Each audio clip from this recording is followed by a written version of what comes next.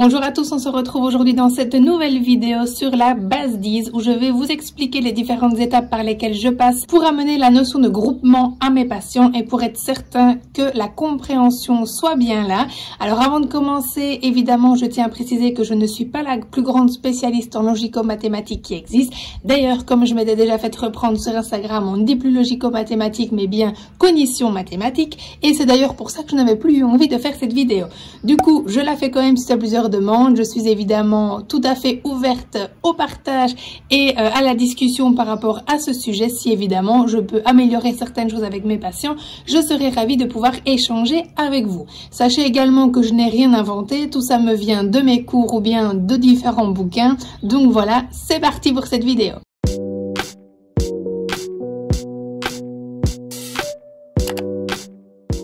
J'ai donc acheté un pot de 500 jetons sur le site Tout pour le jeu dont je vous ai déjà beaucoup parlé et que vous devez maintenant connaître. Et c'est vraiment le matériel principal que je vais utiliser pour ma base 10. La première étape, c'est que je vais donner plein de jetons à mon patient. Je lui mets un énorme tas sur la table.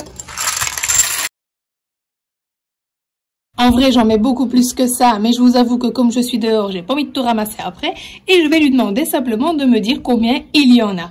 Donc, évidemment, le patient, qu'est-ce qu'il va faire généralement? Il va commencer à les compter un par un.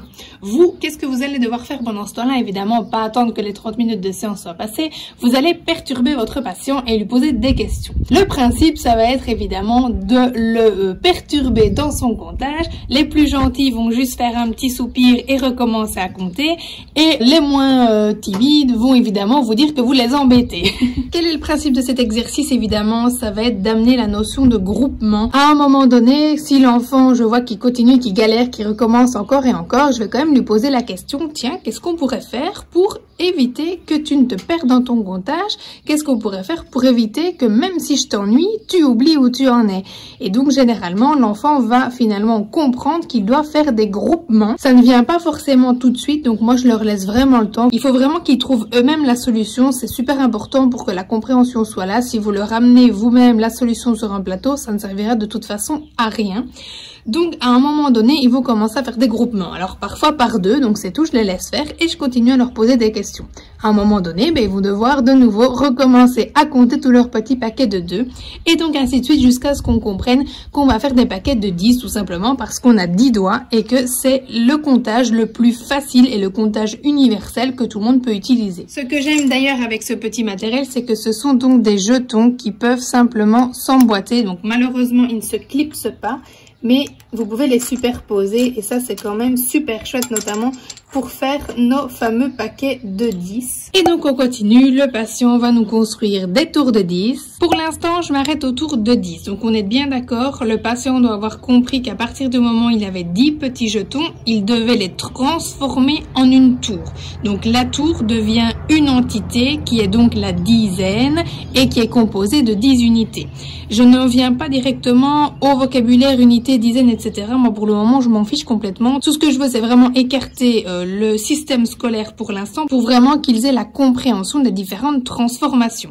Donc à ce moment-là, on sait qu'une tour c'est 10. Donc je continue de l'embêter et puis là par contre, il se rend compte que quand je lui demande où il en est, le comptage va beaucoup plus vite évidemment. On part du principe que le comptage par 10 est acquis chez l'enfant également, sinon il faut revenir bien avant ça. Ensuite, ce que je vais faire pour vraiment continuer de manipuler, que ce soit manuellement puisque là on a les petits jetons que les patients adorent manipuler ou bien mentalement, c'est que je vais moi former avec mes tours et mes petits jetons des nombres. Par exemple, je vais lui faire ça sur la table. Tout de suite, il doit me dire c'est 20. Ensuite, je lui mets parfois des petits jetons seuls. Tout de suite, il sait que c'est 23. Et donc, je joue comme ça pendant un moment avec eux. Ensuite, ça va être l'inverse. Je vais lui demander, moi, de me faire, par exemple, 34, 56, etc. Pour avoir une autre transformation également, j'écris sur des papiers différents nombres, on les mélange, il en pioche un sans me montrer, et puis je vais devoir donc deviner, une fois qu'il l'aura mis en place, quel est le nombre qu'il doit me faire deviner. Comme ça, on travaille aussi au niveau de la lecture du nombre, et c'est toujours intéressant de travailler sur plusieurs versants. Bon, on continue. À un moment donné, vous l'avez bien compris, il va y avoir beaucoup trop de tours de 10 si on continue de tout compter. Et donc, je continue de nouveau à l'embêter. À un moment donné, il se rend compte que finalement, compter toutes ces tours, même s'il y en a 10 et qu'on fait du comptage par 10, ça devient encore de nouveau assez long et compliqué à faire. Donc, on va ici amener, vous l'aurez compris, l'idée du groupement par 100. Bonjour Cléa. Tu viens faire des maths? Donc ici l'idée, je disais, c'est que l'enfant comprenne qu'on va pouvoir faire des plus gros groupements. Et donc là, on va arriver au groupement par 100. Donc il va comprendre, on lui laisse vraiment le temps de chercher. Il faut vraiment qu'il ait toujours en tête le principe de 10. Quand il aura 10 tours, eh bien, ça deviendra... En tout cas, c'est ce qu'on fait chez nous, un pot. Et on sait que le pot, c'est 100. Vous l'aurez compris, après, évidemment, on peut continuer. Quand on aura 10 pots, ça deviendra un bocal. Et le bocal, c'est 1000. Donc voilà, l'enfant comprend qu'on peut faire des groupements de plus en plus conséquents pour s'aider à compter. Quand on a 10 petits jetons, on en fait une tour. Et quand on a 10 tours, on en fait un pot. Ensuite, on peut aller encore plus loin. Quand on aura 10 pots, eh bien, on aura un énorme bocal. Et puis ensuite, je continue dans ma logique. Par exemple, je lui mets ça sur ma table. Il doit pouvoir me dire que cela fait 113. Et puis ensuite, c'est à son tour de me faire deviner des nombres. Et puis on les écrit et ainsi de suite. Quand l'enfant est vraiment super à l'aise avec tout ça et que vraiment il a très bien intégré les groupements, qu'il arrive directement à reconnaître un nombre que j'ai pu réaliser à l'aide des pions toujours. Je n'ai toujours pas amené de chiffres réels dans ma rééducation. Excusez-moi si je confonds chiffres et nombres pendant que je vous parle, mais vous aurez compris. Et ensuite, ce que je vais faire, c'est qu'on va commencer à faire des petites additions. Donc, je vous explique. Et c'est là que j'adore, parce que généralement, ils sont de nouveau perdus. Et puis, quand ils ont de nouveau l'étincelle, c'est super. C'est que, par exemple, je leur demande, voilà, de me faire 10. Bon, on va dire, on fait 10. Donc là, tout va bien. L'enfant me fait une petite tour. Et ensuite, je vais lui demander, par exemple, de m'ajouter 2. Pour le moment, c'est toujours simple. Il ajoute 2. Alors attention à ceux évidemment qui vont les ajouter au-dessus. Je leur demande toujours de m'expliquer tout ce qu'ils font. C'est super important pour que vous puissiez comprendre comment eux ils fonctionnent. Ce que vous allez faire, et c'est pour ça que je ne leur apporte jamais de solution. C'est pas forcément la manière dont eux vont fonctionner, ou en tout cas ce sera pas la manière la plus logique pour eux, même si ça l'est pour vous. Donc ici voilà, il aura 12. Évidemment je lui demande toujours le résultat. Je lui demande ensuite de m'ajouter de nouveau 4. Il y en a qui vont aussi s'arrêter là. Là, ils n'ont pas ajouté 4. Donc, c'est aussi intéressant. Il y a vraiment plein de concepts qui entrent en jeu. Et vraiment, j'adore. Donc, voilà, on continue. Ici, c'est pas l'objet de la vidéo. Donc, on a ajouté 4. L'enfant sait qu'il y a 16. Et là, évidemment, petite attrape, je vais lui demander de m'ajouter encore 4. Et généralement, l'enfant va s'arrêter comme ça. Et là, il a oublié le principe du groupement. Donc là, généralement, je lui dis, peux-tu me dire combien il y en a? Ceux qui ont assez bien compris l'addition et s'ils ont bien suivi pourront vous dire directement 20. Mais moi, à ce moment-là, je leur dirais, ah non, moi, je ne vois pas 20. Et donc, généralement, ils ne comprennent pas parce que s'ils sont sûrs qu'il y a 20 jetons, oui, il y a 20 jetons, mais je ne vois pas 20. Et puis, à un moment donné, cling! Ils avaient oublié que quand il y avait 10 jetons, on devait de nouveau en faire une tour. Et là, effectivement, je vois 20. Pour ce type d'exercice, évidemment, quand vous avez 6 et puis que j'ai ajouté les 4 et qu'il devait comprendre que ça faisait 10 et donc qu'il devait les retransformer en tours, je vois avant tous les faits arithmétiques, donc jusqu'à 10, avec des petits dessins, des petites illustrations que je leur fais mémoriser avec des petits exercices de gestion mentale pour que vraiment je sois sûre qu'ils soient directement au clair et qu'ils aient mémorisé que 3 et 7 c'est 10, que 8 et 2 c'est 10. C'est vraiment une manière de permettre d'éviter des erreurs dans les calculs déjà et pour leur éviter la double tâche et donc qu'ils puissent tout de suite savoir que ce soit automatique que quand il y a 2 et 8 par exemple, ça fait 10. Donc, ah oui, donc là je dois les transformer en tout. Et puis donc je continue mes petites transformations à ce moment-là. Donc je les ai disposées pour que vous puissiez bien les voir. Donc il y a 9 tours de 10 et 9 pions seuls. Mais évidemment, sadique que je suis, je vais demander à l'enfant de m'ajouter 1. Et donc en ajoutant son jeton, il est censé comprendre que, ah ben oui, si j'arrive à 10, il transforme donc les jetons en une tour. Et là, ben, on espère qu'il se rende compte qu'il y a 10 tours. Et donc, on arrive à 100 jetons. Évidemment, la première fois, ça ne fonctionne pas toujours, mais après, on persévère et l'enfant va vraiment comprendre. Et donc là, vraiment, on s'amuse avec plein de petites additions comme ça, où on essaie évidemment d'ajouter d'autres amis de 10. Hein. On part, voilà, plus 8, plus 5, ou parfois je fais plus 5, et puis on n'est pas encore à 100, et ainsi de suite. Et après, évidemment, vous pouvez compliquer, vous pouvez arriver jusqu'à 200, etc., etc. Enfin, voilà, vous l'aurez compris, vous allez manipuler vraiment et l'enfant, je vous assure, va vraiment s'amuser. Ensuite, et sur le même principe, je vais donc passer à la soustraction. Alors, je ne prends jamais des dizaines pleines pour commencer. Et ici, je vais par exemple demander simplement de faire moins 3, donc 15 moins 3. Hop, le patient va pouvoir retirer les 3 jetons et en plus, il peut les visualiser et les manipuler. Il sait qu'il y en a bien 3 qu'il a retirés.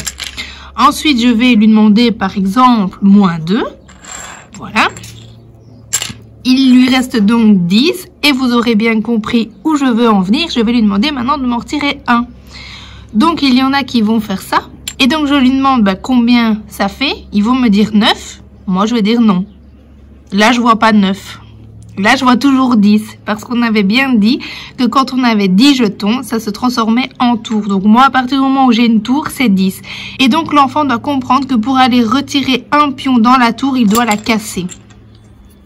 Et en cassant cette tour, là, il peut retirer son jeton tout seul. Et maintenant, il lui en reste 9. Je continue ensuite et je complique. Par exemple, ici, je vais lui demander de me retirer 4. Donc, directement, il doit comprendre déjà que les 3 qu'il voit directement, ça, c'est facile, il les enlève et qu'il lui en reste 1. Donc, il doit casser la tour pour aller en chercher un nouveau.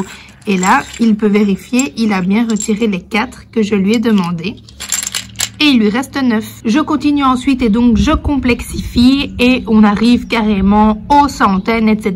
Et vous faites ça jusqu'à ce que vraiment ce soit acquis chez vos patients. Ensuite, et pour arriver à un côté un peu plus abstrait, mais malheureusement j'ai oublié mon matériel à la maison pour filmer la vidéo. Donc du coup, quand j'aurai l'occasion d'aller le rechercher, je vous remettrai des photos dans la vidéo. Concrètement, en fait, j'ai fait des photos du pot, de plusieurs tours et de pions individuels. Donc en tout, j'ai 10 petites photos de pions, j'ai 10 photos de tours et j'ai 10 photos de pot. Et donc en fait on va réaliser le même principe, tout ce que je viens de faire avec les jetons mais sans les jetons.